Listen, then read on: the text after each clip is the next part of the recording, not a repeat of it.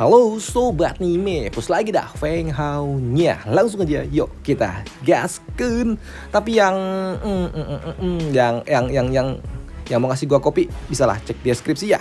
Dan di situ juga ada tingkat kultivasi dari ini. Oke, langsung aja kita gaskeun. Waduh, bingung gua mau ngomong opening apa cuy. Waduh.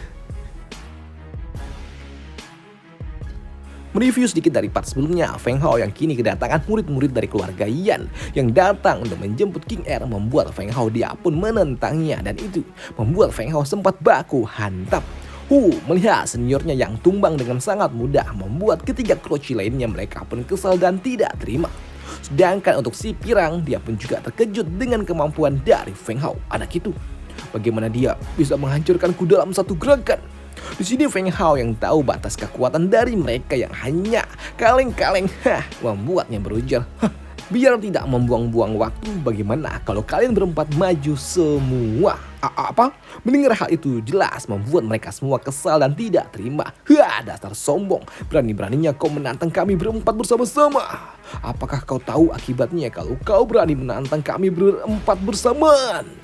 Namun untuk Feng Yu ya doi mah bodoh amat, kagak peduli. Bahkan mengejek mereka yang tidak kompeten, membuat mereka berempat langsung naik pitam. Bocah keluarga Feng, kau adalah satu-satunya orang yang berani memprovokasi keluarga Yan. Maka dari itulah, karena Feng Hao dia menantang, maka dari itu kini mereka berempat mulai menyatukan kekuatan mereka, membentuk sebuah formasi guntur yang akan melahirkan sebuah teknik tangan surgawi yang akan sangat berbahaya. Namun untuk Feng Hao ya yang seperti ini be aja cuy, doi mah santuy aja, karena memang menurutnya ini hanyalah permainan anak-anak. Karena memang dengan cukup satu gerakan saja dari tangan kilin miliknya cukup untuk dapat menghancurkan teknik formasi gabungan mereka berempat. Dan melihat hal itu membuat para bocah-bocah ini mereka langsung keringat dingin tentunya. Gila, anak itu dia sangat luar biasa. Dia dapat menahan serangan kombinasi kami berempat. Tapi sini si Pirang dia tidak peduli, dan dia kini memberikan sebuah instruksi kembali kepada rekan-rekannya. Bagaimana bisa murid terbaik dari keluarga Yan dipermainkan semuanya? Bentuklah formasi sekali lagi. Maka dari itu kini keempat bocah itu mereka pun kembali membentuk sebuah formasi yang kini jauh terlihat lebih kuat daripada yang sebelumnya. Tapi untuk Feng Hao dia mah masih santuy aja cuy. Justru dia sangat tertarik untuk melihat susunan formasi unik lainnya yang dimiliki oleh keluarga Yan. Karena mau bagaimanapun keluarga Yan adalah bangsawan besar, dan sudah pasti mereka memiliki teknik-teknik aneh yang menarik untuk dapat dilihat. Dan itu ternyata benar adanya, karena kini formasi itu yang diciptakan oleh para bocah-bocah memang terlihat seperti memvisualisasikan dari Thunder Wolf yang sangat kuat. Dan untuk Feng Hao dia cukup mengaguminya, dan ini adalah hal yang cocok untuk mencoba teknik Xuanwu milikku. Maka dari itulah ketika serangan itu datang, di sini Feng Hao dia tidak bergerak sama sekali dan memutuskan untuk menggunakan barrier pertahanannya untuk melihat seberapa kuat serangan lari lawannya itu. Karena memang serangan itu ternyata masih dapat diredam dengan teknik formasi Xuanwu miliknya. Dan melihat teknik mereka lagi-lagi dapat diredam membuat mereka terkejut bagaimana bisa hal ini dapat terjadi. Namun untuk Feng Hao sendiri, setelah dia berhasil menahan serangan dari lawannya, kini dia pun akan menghancurkannya dengan cara melompat ke udara dan langsung menghancurkannya. Dan tidaklah sesulit itu untuk Feng Hao. Apa? Bagaimana bisa dia melakukannya? Itu adalah formasi guntur 4 orang. Bagaimana bisa dia melakukan ini semua? Ucap dari si Pirang yang kagum dengan Feng Hao. Dan setelahnya Feng Hao dia pun berujar, sudahlah. Kemenangan dan juga kekalahan telah ditentukan, dan lebih baik kalian tahu apa yang harus kalian lakukan. Kembalilah pulang ke tempat kalian dan jangan membuat masalah lebih lanjut, ucap dari Feng Hao. Namun setelah permainan itu usai, ternyata ada seseorang yang berujar, tetua tiga, bukankah sudah kukatakan kalau anak itu dia tidak seburuk itu? Ucap dari seseorang yang baru saja datang. Dan orang itu adalah patriark keluarga Yan yang datang bersama dengan tetua. Melihat ayahnya datang membuat King Er dia pun senang tentunya. Ayah, apa yang kau lakukan di sini? Hei, gadis kecil, kau sudah lama keluar dari rumah. Apakah ayahmu tidak bisa datang untuk melihatmu? Ucap dari orang tua ini. Di sini kedatangan patriark keluarga Yan tentunya disambut oleh patriark keluarga Feng. Salam patriark keluarga Yan, maafkan kami yang tidak menyambut kedatangan Anda, ucap dari patriark tua ini. Tapi di sini orang-orang tua itu dia tidak peduli dengan sambutan dari keluarga Feng karena memang hanya fokus tujuannya adalah Feng Hao. Bagus, kau memang cocok untuk menjadi hero untuk Nona Qin Er.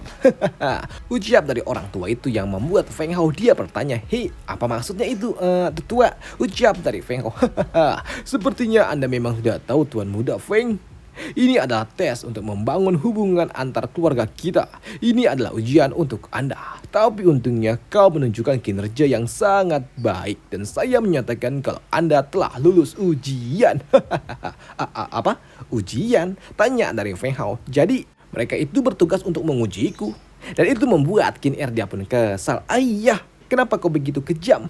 Tidak Qin Er, ini adalah tes. Padahal sejatinya ya patriarknya aja belum bisa mengalahkan Feng Hao cuy. Apalagi ya bocah-bocah itu. Waduh buset dah. Sebenarnya ini hanyalah sebuah formalitas di hadapan para tetua aja cuy. Dan sedangkan untuk Feng Hao tentunya dia sadar betul kalau ini adalah sebuah pernyataan resmi dari pihak keluarga Yan. Kalau Feng Hao diterima untuk menjadi menantu di keluarga Yan. Terima kasih patriark, saya Feng Hao akan menjaga Qin Er dengan baik. Mendengar hal itu, di sini para ciwi-ciwinya Feng Hao yang lainnya mereka pun tidak keberatan cuy. Jika mereka memang harus berbagi ular naga milik Feng Hao. Waduh. Ya sama seperti sebelumnya. Dan setelah merestui anaknya untuk bersama dengan Feng Hao, kini Pak Tua itu dia berujar kepada putrinya. Qin Er, ingatlah untuk sesekali pulang dan jenguklah orang tua ini. Ucap dari Pak Tua itu sebelum dia kembali pulang ke kediaman keluarga Yan yang ada di benua Hongmeng. Dan setelahnya Feng Hao dia pun mengadakan sebuah pertemuan dengan leluhur keluarga Feng dan juga patriark. Di mana Feng Hao dia pun mengatakan kalau dirinya kini telah memiliki area tambang batu biru di benua Hongmeng dan akan menyerahkan 10% dari area tambang itu untuk keluarga Feng. Dan itu benar-benar membuat leluhur dia pun terharu dong, karena keluarga Feng benar-benar akan mencapai puncak kejayaan sejak kelahiran Feng Hao ke dunia ini. Benar-benar memberikan sebuah anugerah untuk keluarga Feng. Namun di sela-sela pertemuan itu ternyata ada seorang pelayan yang datang dan melaporkan kalau saat ini ada tamu terhormat yang datang ingin bertemu dengan Feng Hao. Dan tamu itu berasal dari benua Hongmeng, yaitu master dari istana Xintian. Maka dari itulah Feng Hao dia pun langsung pergi untuk menemui tamu terhormat itu. Dan kini Feng Hao dia pun bertemu dengan master dari istana Xintian, di mana Pak Tua itu dia berujar, wah Tuan Feng, apakah kau percaya dengan ramalan? Apa? Ramalan? Ya, di sini orang tua itu dia pun mengatakan kalau dirinya dapat melihat masa depan. Tidak melihat secara langsung tapi melihat tanda-tandanya. Tapi sebelumnya orang tua ini dia pun menjelaskan dulu tentang sejarah awal kebangkitan kekuatan Void di dunia ini. Yaitu awalnya ada 9 kekuatan dari energi chaos dan hanya ada satu orang yang dapat mengendalikan 9 kekuatan itu. Dan orang yang dapat mengendalikannya disebut sebagai Void Warrior. Dan dia disebut oleh umat manusia sebagai sosok dewa yang menciptakan Dao dan juga seni bela diri. Di mana dia juga menciptakan Dao dari formasi. Bukan formasi, dari farmasi. Untuk dapat menyembuhkan berbagai penyakit yang ada di dunia ini yang memungkinkan umat manusia akan terbebas dari berbagai macam penyakit. Dan dia adalah orang yang ada di puncak dari umat manusia. Dan ya, orang-orang menyebutnya sebagai dewa utama, True God, pemilik tubuh ilahi tertinggi. Dan dia tidak pernah ikut campur tentang urusan dunia. Hingga sampai muncul sebuah kekuatan aneh kuno di saat musim semi. Kekuatannya muncul dan dia memakan semua makhluk hidup untuk dapat memperkuat dirinya sendiri. Dan kekacauan yang ditimbulkannya itulah tidak hanya menyerang kepada umat manusia, tapi ke seluruh ras yang ada di dunia ini, hingga membuat sosok yang dianggap sebagai dewa dari setiap ras yang ada mulai terpicu untuk menghadapi sosok misterius itu. Tapi sayangnya tidak ada satu sosok pun dari berbagai macam ras yang dapat menghadapinya, hingga pada akhirnya pemilik tubuh ilahi tertinggilah yang datang dan turun tangan langsung untuk menghadapi kekacauan itu. Dan dengan semua kekuatan yang dia miliki dapat menekan sosok kekacauan dan perdamaian dunia akhirnya dapat dipulihkan. Dan alasanku menceritakan itu semua kepadamu karena memang saat ini aku dapat melihat kalau sosok kekacauan kini dia telah lahir kembali. Apa? Jadi bencana itu akan datang ke dunia lagi? Dan mendengar apa yang diucapkan oleh kakek tua itu membuat Feng Hao dia pun berpikir kalau ini sepertinya sama seperti apa yang diucapkan oleh Nona Shu tempo hari. Di sini Master Istana dia pun mengatakan kalau kekacauan itu hanya dapat dicegah oleh pemilik tubuh ilahi tertinggi, sang reinkarnasi dari dewa tertinggi. Mendengar hal itu di sini Feng Hao pun sadar kalau sepertinya orang tua itu dia telah tahu kalau dirinya lah sang reinkarnasi dari dewa tertinggi umat manusia. Dan untuk Feng Hao sendiri dia pun sadar kalau dia masih sangat terlalu lemah untuk saat ini jika bencana itu terjadi dalam waktu dekat. Dan ketika Feng Hao dia bertanya kapan bencana itu akan terjadi, di sini orang tua ini dia mengatakan, entahlah, aku juga tidak tahu. Karena masa depan tidak ada yang dapat memprediksinya dengan akurat. Saya hanya dapat melihat beberapa petunjuk dari surga dan tidak dapat melihatnya dengan jelas. Di sini orang tua itu dia juga memberikan sebuah giok kepada Feng Hao dan akan memberitahukan kepada Feng Hao nantinya melalui giok itu jika petunjuk dari surga kembali dapat terlihat dengan jelas. Yang artinya bencana itu akan terjadi dalam waktu dekat. Jika giok ini retak kecil, maka bencana itu mungkin akan terjadi dalam kurun waktu 5 tahun ke depan. Tapi jika giok itu retak dan hancur, maka bencana ini akan terjadi dalam waktu kurang dari 2 tahun lagi. Dan setelah memberikan sebuah informasi itu dan juga giok penanda, Pak tua itu dia pun pamit pergi karena memang hanya itulah yang ingin disampaikan oleh orang tua itu.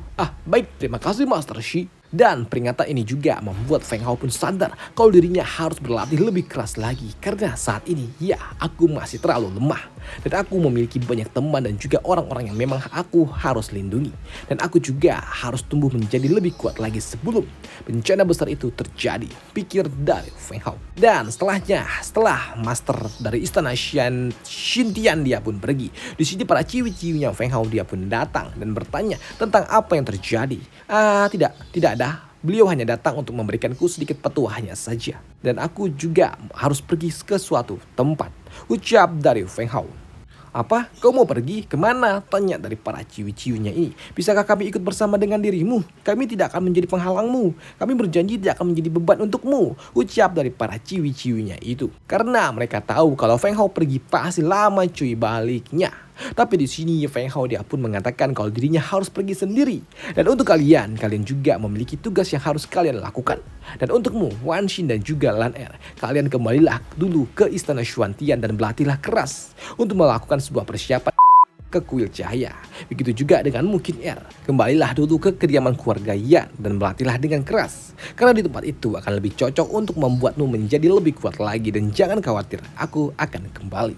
Sedangkan untukmu, Yuning, belajarlah tentang Pil Dao. Karena memang dengan bakatmu, aku yakin kau bisa menciptakan kekuatan sucimu. Baik, sambut serentak dari para Feng Hao. Sedangkan untuk Feng Hao sendiri, ya, aku akan pergi bersama dengan Huang Tua. Pergi menuju kuil dari ras bis yang ada di benua Hongmeng. Karena aku harus berlatih memperkuat tubuh fisik ilahi tertinggi.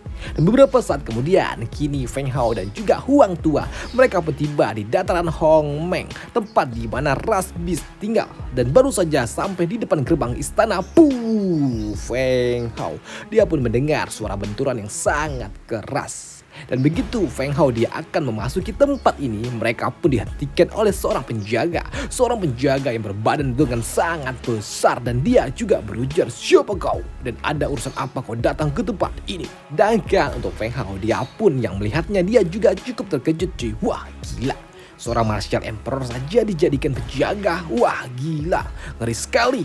Namun untuk dapat memasuki tempat ini dengan damai, Feng Hao dia pun mengeluarkan token yang dia miliki sebelumnya. Senior, silakan lihat dulu token ini, ucap dari Feng Hao sembari memberikannya. Begitu dicek oleh penjaga ini, barulah penjaga besar itu dia memberikan sebuah akses bagi Feng Hao untuk masuk. Iya, silakan. Karena kau memiliki token itu artinya kau adalah tamu dari teman suku barbarian kami. Dan sembari menerima kembali tokennya, di sini Feng Hao dia pun bertanya, senior, bisakah saya bertanya, suara apa tadi? Kok benturannya keras sekali? Ya, suara itu berasal dari orang-orang dari klan barbarian kuno. Mereka datang ke tempat ini untuk membuat masalah. Barbarian kuno? Apa itu? Tanya dari Feng Hao yang memang enggak tahu. Di sini Huang Tua dia pun menjelaskan kalau ras barbarian kuno sejatinya mereka adalah ras barbarian juga yang sama dan tidak berbeda dari zaman kuno. Tapi entah berdasarkan alasan apa, tiba-tiba saja mereka memutuskan untuk berpisah dan membentuk klan baru sendiri.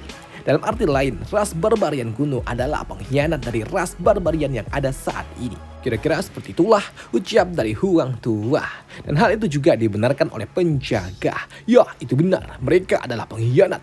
Mereka menerima kekuatan dari kegelapan dari para iblis dan terus memberontak kepada ras barbarian kami.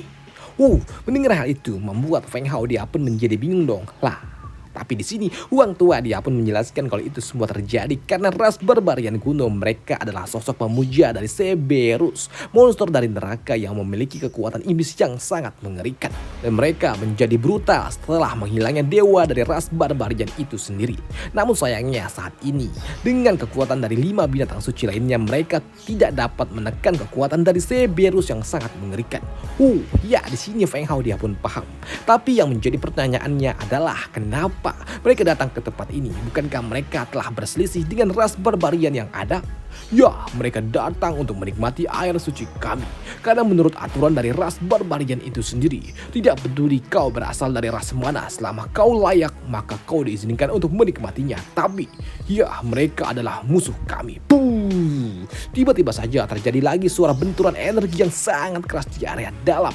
Dan dari dalam sana pula terdengar suara orang yang berujar dengan sangat sombong. Kalau di tempat ini ternyata tidak ada pejuang dari generasi muda yang layak untuk ras barbarian kuno. Melihat hal itu di sini Feng Hao dia pun penasaran dengan apa yang sebenarnya terjadi. Maka dari itulah Feng Hao dia pun memutuskan untuk masuki tempat itu. Dan begitu Feng Hao dia memasuki area terdalam dan langsung menuju aula pertandingan, Feng Hao dia dapat melihat seorang pria besar dapat berdiri kokoh dan menjatuhkan beberapa orang lainnya. Apa-apaan ini? Orang itu, dia tidak cuma memiliki kekuatan kilin, tapi dia juga memiliki kekuatan kegelapan dari Cerberus. Jika terus seperti ini, maka tidak ada satupun orang yang berasal dari ras binatang suci yang dapat menahan bocah itu. Ucap dari orang tua bertanduk ini. Namun di sini salah seorang tetua kesal di mana dia berujar, "Tetua Agung, apakah kita hanya akan berdiam diri saja melihat anak itu merusuh? Apakah kau tidak mengizinkanku untuk menghancurkannya saja?" Tidak, ini adalah aturan dari leluhur dewa ras barbarian. Jika bukan karena aturan itu, aku sendirilah yang sudah menghabisi anak itu dengan tanganku sendiri. Ucap dari orang tua ini yang sebenarnya dia juga kesal, tapi sayangnya dia terbatas dengan aturan kuno. Maka dari itulah dia tidak dapat berbuat apapun. Karena memang bocah itu dia terlalu kuat untuk mereka semua yang ada di arena. Karena tidak peduli siapapun yang maju, mereka semua langsung hancur di tangan pria besar itu. Dan melihat pria besar yang terlalu OP untuk para generasi muda yang ada di tempat ini, maka seorang tetua yang datang bersama dengan pria besar yang berasal dari ras barbarian kuno, dia pun naik ke atas arena dan mendeklarasikan kemenangannya. Dan melihat ada seorang tetua naik ke atas arena, membuat tetua agung dia memiliki sebuah alasan untuk dapat menyerang orang tua itu. Tapi hal itu ternyata tidak begitu berguna karena orang tua itu dia juga cukup kuat. Namun sikap arogan dari orang tua itu membuat ada seorang bocah lainnya yang berujar, "Hei, kau ada di wilayah dari orang lain, maka dari itu kau harusnya bersikap sedikit sopan." Dan orang itu jelas adalah Feng Hao yang akan menantang pria besar dari ras barbarian kuno. Namun ya sayangnya pertandingan mereka akan dibahas di part selanjutnya. Ya besok lagi ya. Bye, sampai jumpa, thank you.